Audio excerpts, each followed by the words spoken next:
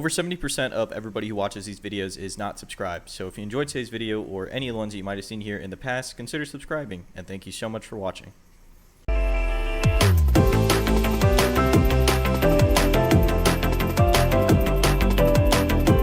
Alright, so Guilty Gear Strive is out on the PC, so we can take a look at the Steam numbers now. Keep in mind, these are only Steam numbers. This is only PC. There's no way for me to track PlayStation anymore because Sony actually took down that GameStat website, which basically used like some exploit with trophies and the achievement system to give you a roundabout number of how many people were on the game on the PlayStation. But now that we don't have that, there's not really a way for us to track it.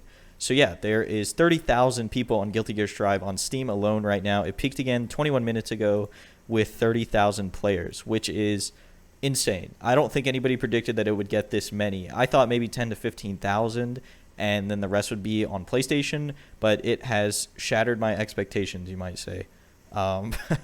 You can see here when the game came out, it had an upward slope, obviously. I think the only reason it wasn't just a straight line of everybody launching the game was you had to download it. There was no pre-download for this game, and it was only 16 gigs, which wasn't terrible.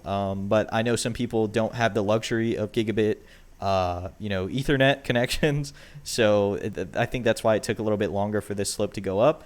But nonetheless, 16 gigs is a welcome change compared to like MK's like 75 gigs, Street Fighter's like 35. I think DBFZ is the only relatively small game now. It's about 15 to 16 gigs if I remember correctly. And then there's Tekken 7, which is about 45 to 50 gigs. So maybe we'll see those numbers on this game when they start adding like DLC and stages and story mode stuff. But I'd say it'd cap out at about 25 to 30 gigs, right? I couldn't see them adding like 40 gigs of story mode content or character content. Anyways, let's take a look at how Strive's peak numbers are comparing to 3 other big fighting games. You can see that Mortal Kombat on Steam has peaked at 27,000, Street Fighter V has peaked at 13, and then Tekken 7 at about 19,000 here. So it is very big. It's pretty big compared to these other 3 giant games, right?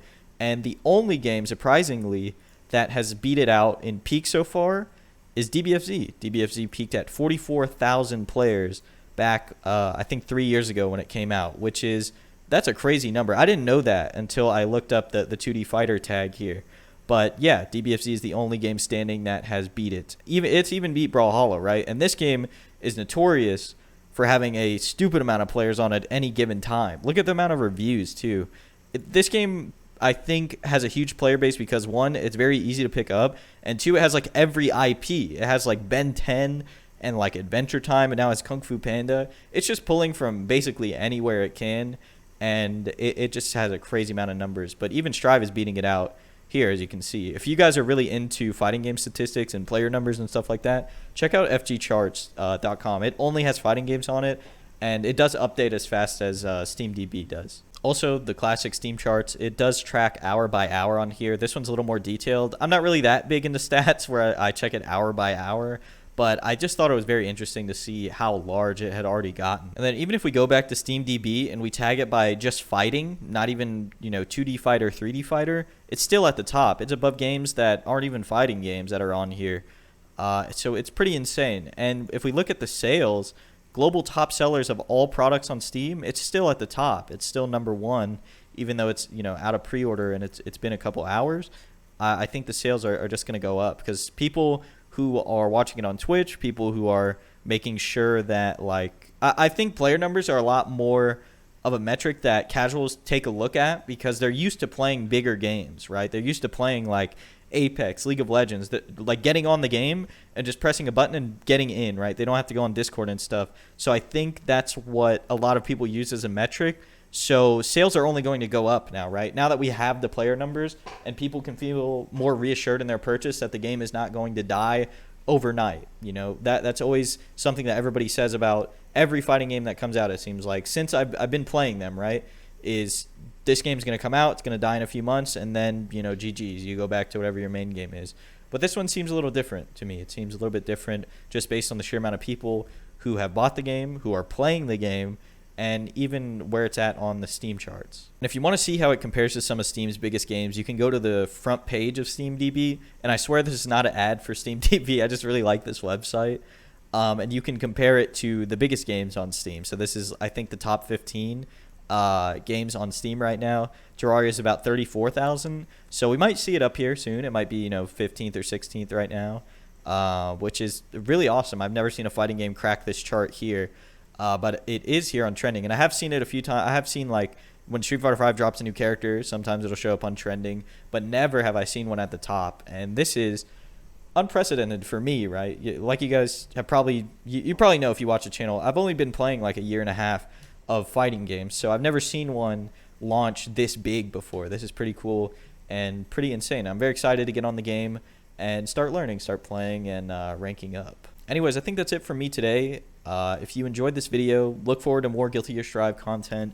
Hopefully, I want to do a series where I go from the whatever floor it places me at to the Celestial floor, however long it takes. I want to do a series doing that, how I did on Street Fighter V when I got to Diamond, and I think it'd be pretty entertaining. I think the game so far, I'll have another video basically talking about whether you should buy it or not and my thoughts personally.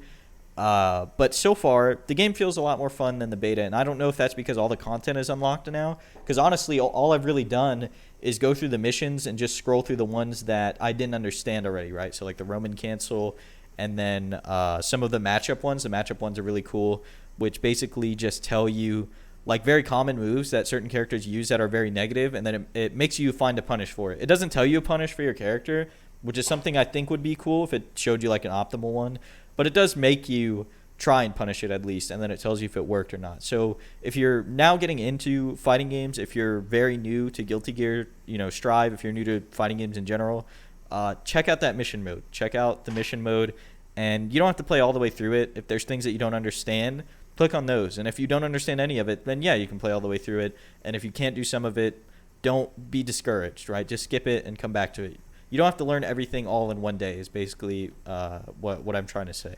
There are mechanics that are going to take a very long time to master, right? The game is simplified, right? Everybody's saying the game is very simple, but things like instant blocking and things like, Roman cancel drifting and canceling it, right? You can cancel the Roman cancel by doing like a normal or a move right afterwards.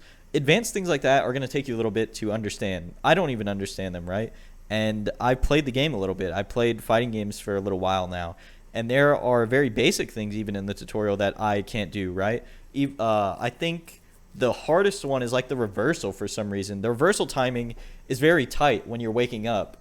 For like Soul's DP, it feels very tight. It took me way more tries than I'd like to admit to get it, right? To get it even once. So if there are things that you think are basic that you don't understand from the tutorial, don't be discouraged. Just keep trying and come back to it later. So with all that said, I hope you're having fun on Strive so far, and I'll talk to you guys again tomorrow.